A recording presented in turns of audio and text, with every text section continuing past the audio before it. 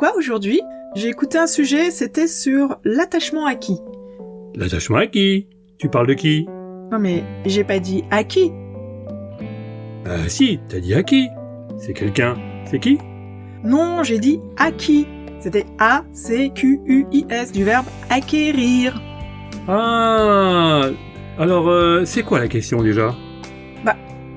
J'ai pas posé de question. Je disais que j'ai écouté un sujet sur l'attachement acquis. Ou alors, bon, si tu préfères, l'attachement sécure. Sécure. Ah, ça a un rapport avec la sécurité sociale? Mais non, attachement acquis ou sécure. Disons que c'est plutôt comme ce que l'homme il apprend tout au long de sa vie. Ah bon? Et alors? Comment te dire Écoute, viens faire un tour chez les koalas. Eux, ils vont t'expliquer. Kolea, le koala, passait sa vie collé à son papa, ce qui n'était pas normal pour un koala. Qu'il soit collé à une branche d'eucalyptus à la rigueur, mais papa n'était pas là juste pour ça. Surtout que Kolea grandissait et devenait lourd. Collé à papa, il pesait 2 fois plus. Et papa titubait. « Oh, Kolea, tu pèses ton poids. Je ne peux pas continuer comme ça. Va voir un peu là-bas. » Kolea le regardait et ses yeux clignaient frénétiquement, faisant onduler ses 2 pupilles verticales, preuve d'angoisse grandissante et incontrôlable. « Non, moi je veux rester avec toi. Je veux rester toujours avec toi. » Et papa koala caressait alors doucement la fourrure grise parsemée de taches marron qui ressemblait si exactement à la sienne. Pour le rassurer, mordillait tendrement ses grandes oreilles, léchait son nez long et proéminent, tirait sur ses poils pour le faire rire. Et il y réussissait. Mais il ne parvenait pas à le décoller de lui. La pluie qui ruisselait sur leurs 2 corps étroitement liés, ou bien le vent qui ébouriffait les feuilles des arbres, ou encore le soleil qui chauffait et les rendait encore plus léthargiques, rien n'y faisait. Les éléments de la nature n'avaient pas plus de succès. Kolea restait bel et bien cramponné à son papa. À la supplication « Oh, pitié! Tu fais déjà 6 kilos, j'en fais le double. À nous 2, nous allons casser les branches de tous les arbres. Hein.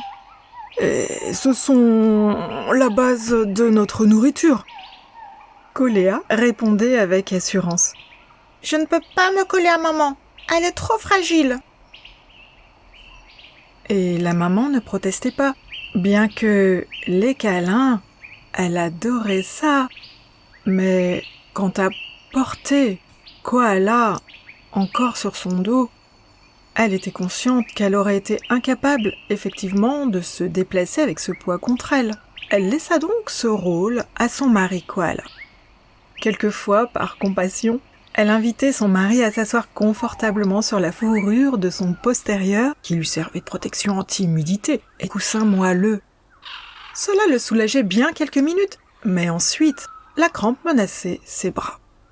Et quand papa koala essayait de repousser Kolea,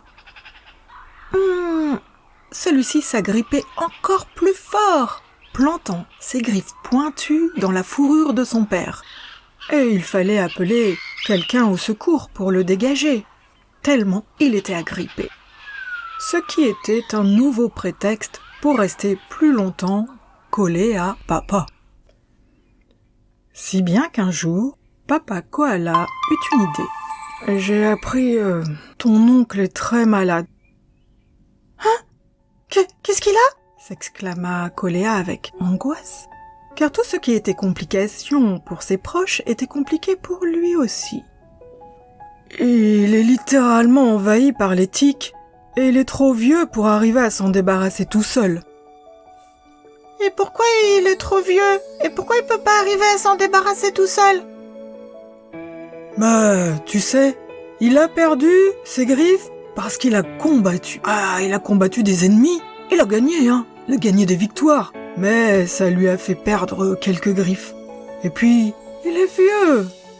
Avec l'âge qui avance, on perd quelquefois quelques griffes. Mais on peut vraiment rien faire? Si, il faudrait qu'on se mette à plusieurs pour l'aider à déblayer le terrain, tu vois. Après, il pourra à nouveau se débrouiller tout seul. Eh ben moi je veux bien. On y va? Allez, on y va? Regarde, t'as vu mes griffes moi? T'as vu ça un peu? Allez, on y va? Oh, c'était attendrissant tout de même. Le voir montrer ses petites pattes déjà bien armées en un signe de menace antitique, Papa Koala se frottait les mains. Sa machination avait l'air de fonctionner. Tonton Koala n'avait pas plus de tics que ça. Bon, peut-être quelques-uns, mais bon, ce n'était pas une armée tout de même. Mais cela permettrait à Petit Koala de se décoller de lui. Ils cheminèrent donc, de tronc en tronc, toujours agrippés l'un à l'autre, et atteignirent l'arbre où l'oncle vint à leur rencontre avec une lenteur telle qu'ils crurent bien que sa dernière heure était arrivée. « Alors, Coléa, encore collé à papa? Quand donc tu plantes ton envol, mon neveu? Enfin, façon de parler, bien sûr. Que me vaut l'honneur de votre visite? C'est pas souvent. » « Eh, frérot! Mais oui, nous venons t'aider, tu sais. À te débarrasser de tes tics, répondit le papa en le fixant du regard pour bien lui faire comprendre qu'il s'agissait d'une ruse. Le tonton était vieux, mais pas bête. Il avait compris le problème depuis longtemps et gémit. « Ah oui, je sais vraiment plus comment faire. J'ai plus en plus de mal à bouger, j'entends presque plus rien. Je sens même plus l'odeur des feuilles qui pourraient m'empoisonner, dites donc. Un de ces jours d'ailleurs, je vais mourir empoisonné. » Koléa ne perdait pas un mot de toute cette conversation. Du coup, il lâcha son papa et tomba un peu plus bas sur son derrière bien rembourré. Les deux aînés n'eurent pas le temps d'échanger un clin d'œil de victoire qu'il s'était déjà ressaisi et collé à nouveau à son papa, le serrant encore plus fort. Dans sa petite tête, la panique lui faisait comparer son père à son oncle, en déduire qu'ils avaient à peu près le même âge, et que le danger guettait également celui qui lui servait actuellement de support. La peur l'envahit. Papa Koala tenta vainement de se dégager et finit par gronder. « Tu m'étouffes! Laisse-moi au moins respirer, Koléa!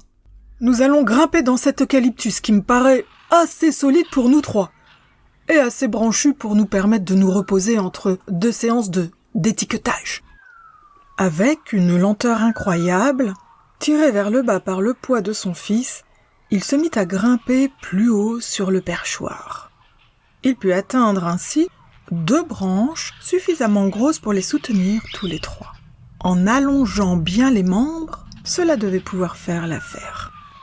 « Oh là, il y a le temps qui fléchit un peu, là. » Et instinctivement, il se roula en boule, serrant ses bras autour de sa poitrine.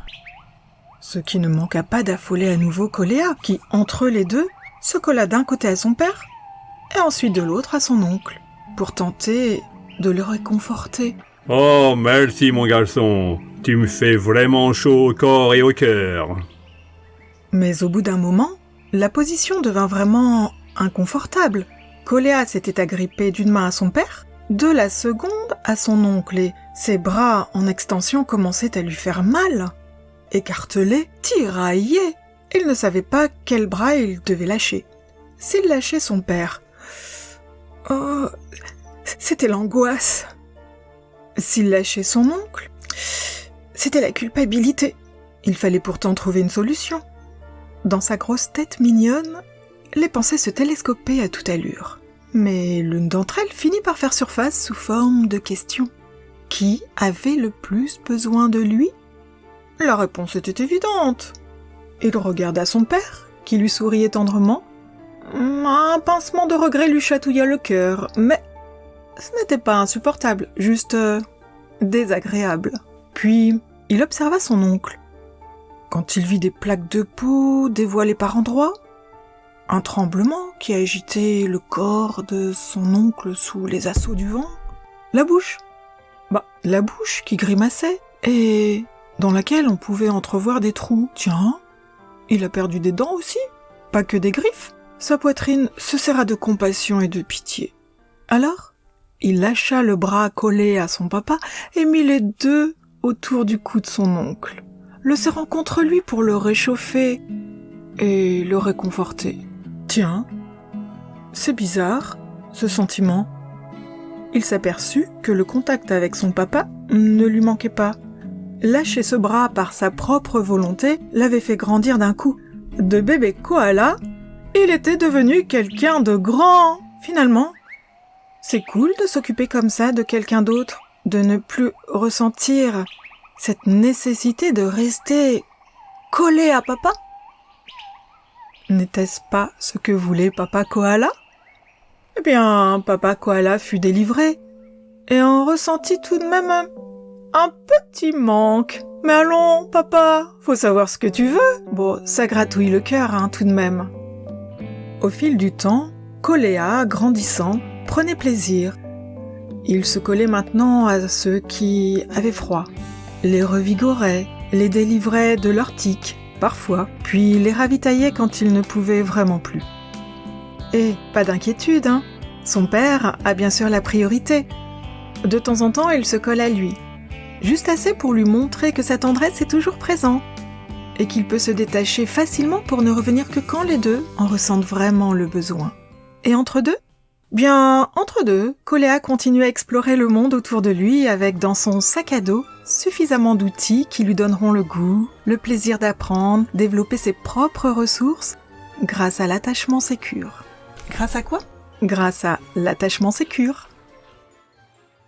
Par définition, l'attachement, c'est créer du lien au quotidien.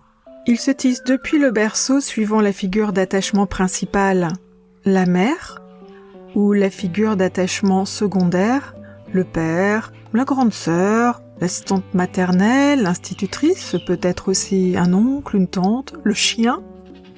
Si ces figures sont sécurisantes, alors l'attachement sécure engendre la reconnaissance de sa propre valeur en se manifestant par l'estime de soi, la confiance en soi, la confiance à l'autre dans la relation, être dans la confiance de l'instant présent, être aussi dans la confiance dans l'avenir.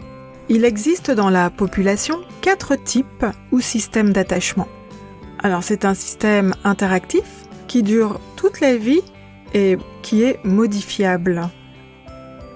Alors quels sont les 4 types d'attachement de la population et en quel sens sont-ils modifiables ? Pour le découvrir, je t'invite à l'interview de professionnels en cliquant sur les liens en description sous cette vidéo. Et si l'envie d'explorer le monde des koalas te tente, également, tu trouveras des liens dans la description sous cette vidéo. À bientôt pour de prochaines aventures et de nouveaux thèmes.